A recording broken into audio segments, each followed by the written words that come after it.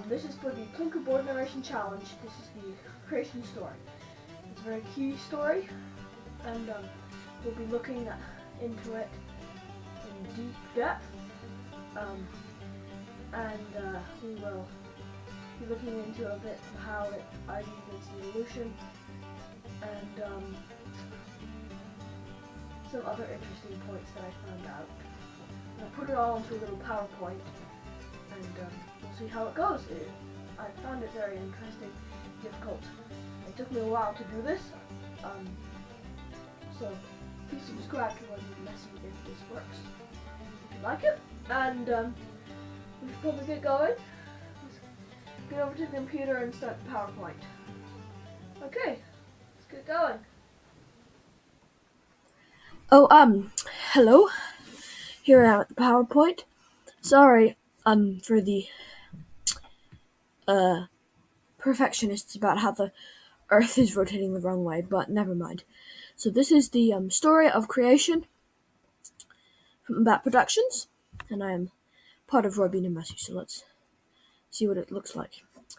So this is from Genesis 1, verse 1 to 31, and, to Genesis chapter 2, verses 1 to 25.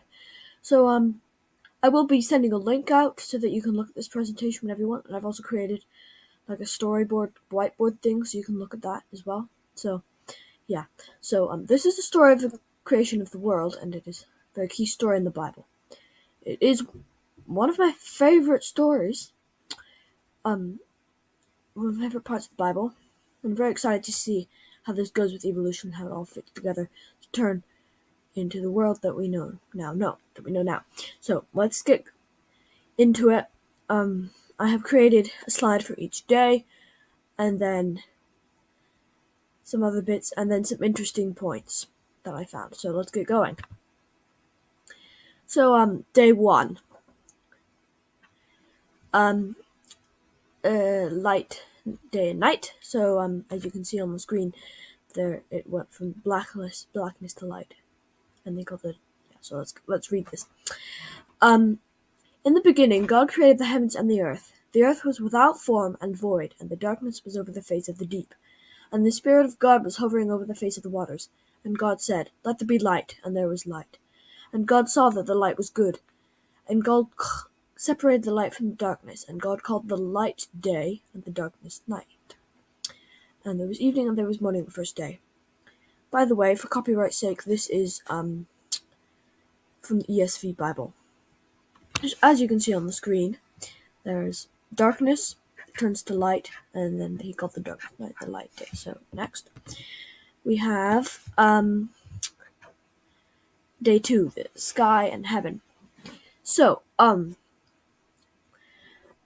God said, "Let there be an expanse in the midst of the waters, and let it separate the waters from the waters." And God made the expanse, and separated the waters that were under the expanse from the waters that were above the expanse, and it was so. And God called the expanse heaven. And it was evening, and there was morning the second day. As you can see, over here, there's the water, and it turns into the water with an expanse in the sky. So, and he called the expanse heaven.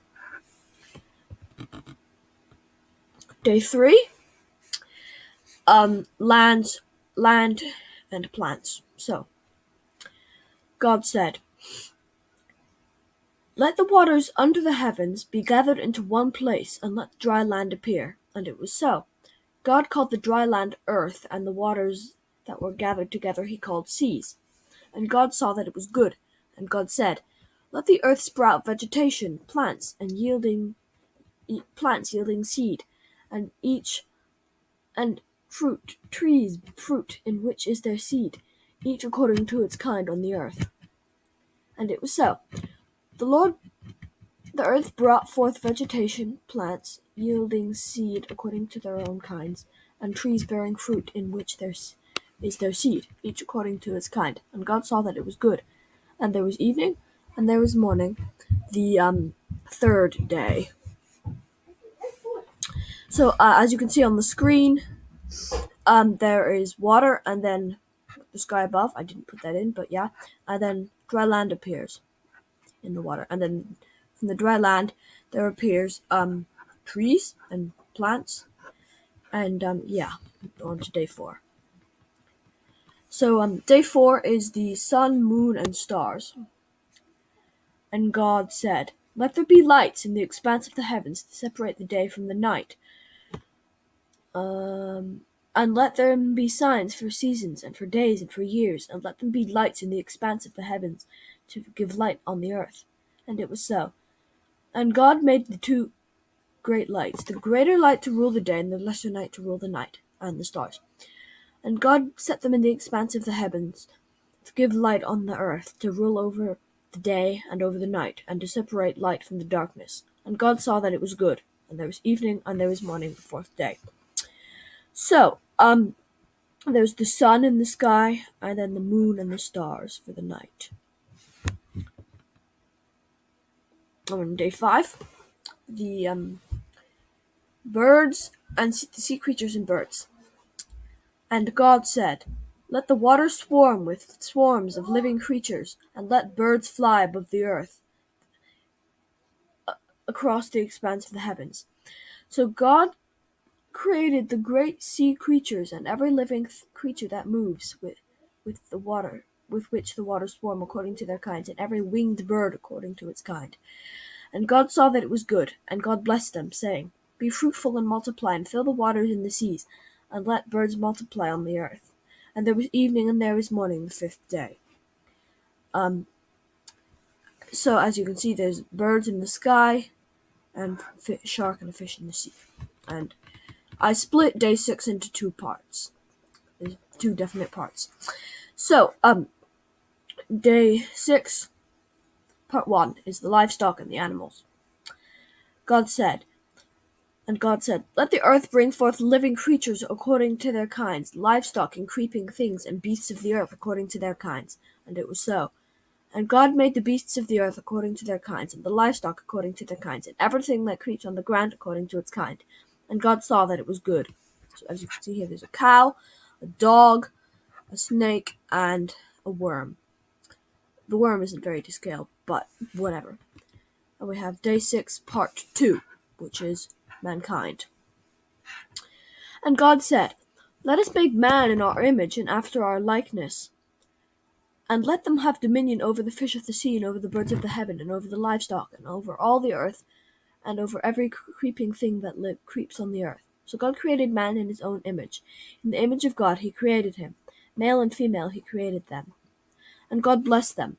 And God said to them, "Be fruitful and multiply, and fill the earth and subdue it, and have dominion over the fish of the sea, and over the birds of the heavens, and over every living thing that moves on the earth." And God said, "Behold, I have given you every plant yielding seed that is on the face of the earth, and every tree with seed in its fruit. You shall have them for food.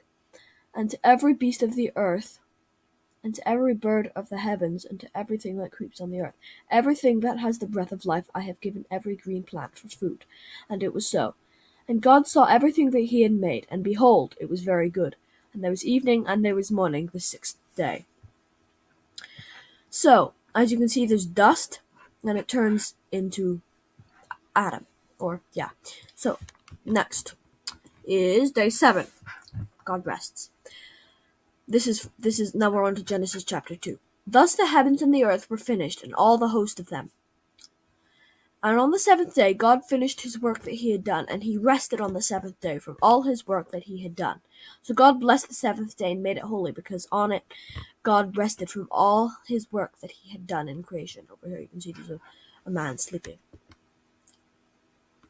So, next is the naming and of the animals, and the Eve is made. So, the naming. "Then the Lord God said, It is not good that the man should be alone. I will make him a helper fit for him." Now out of the ground the Lord God had formed every beast of the field and every bird of the heavens, and brought them to the man to see what he would call them. And whatever the man called every living creature, that was its name. The man gave names to all the livestock, and to the birds of the heavens, and to every beast of the field. But for Adam there was not found a suitable helper for him. So part 2 of this page we have Eve is made. So the Lord God caused a deep sleep to fall on the man, and while he slept, he took one of his ribs and closed up its place with flesh. And the rib that the Lord God had taken from the man he made into a woman, and brought her to the man. Then the man said, "This is at last bone of my bones, and flesh of my flesh. She shall be called woman, because she was taken out of a man. Therefore a man shall leave his father and his mother to hold fast to his wife, and they shall become one flesh. And the man and his wife were both naked and were not ashamed." So, yeah, let's move on. We've got through all the days. So this next section is fun facts and other things. So, what about evolution? This is what most people will be asking if they're new, to Christianity. So, what I found was something like this. Evolution and creation explain life differently. Evolution uses science, creation uses religion. They affect philosophy and ethics. No clear answer, different views. Many Christians believe that the creation is the right answer because it is consistent with the biblical account of Genesis, which they regard as the inspired word of God. They also believe that creation shows God's love, power, and purpose for his creation, and that humans are made in his image and have a special relationship with him. They argue that evolution contradicts the Bible, denies God's role in creation, and undermines human dignity and morality. Although sadly, some Christians believe that God made the Big Bang, and so what's the need for God? I'm not saying that there isn't, but that's what many people think, sadly. Over here you can see there's someone thinking, what about a monkey turning into a man, which is evolution. Sorry, there's just someone in the background shouting. Interesting points from creation. These are some very interesting different things that I found from this. So, one of them was light and the sun. I find it very interesting that on day 1, God makes light, but nothing to make the light. So, like, the light is just there. But then on day 5, the sun, moon, and stars are made to have something for the light to be coming from. And another point was Adam naming the animals. I found something interesting about that. Where did he come up with all those names, and what was his inspiration? I personally think he had a little bit of inspiration or help from God. And another very interesting point is how Eve is explained in a different chapter. This actually happened on day 6, but for some reason Moses wrote 2 accounts of creation. So just putting it all together, what it all looks like. On the next slide, I've just put it all together so you can see an overview of the whole thing. So the overview is basically day 1, light, day, and night. Day 2, heaven and the sky. Day 3, land and plants. And day 4, sun, moon, and stars. Day 5, sea creatures and birds. Day 6, part 1, livestock and mankind. Day 6, part 2 is Adam naming the animals and Eve is made. And day 7, God rests and blesses the Sabbath day. So, thank you so much for watching. I really hope you enjoyed this video. See you next time. And you can go to the Roy Bean and Messi website at sites.google.com/headingsomewhere.org/roybeanandmessi/home. So, thank you so much for watching. I really hope you enjoyed it. And please subscribe. See you next time. Bye.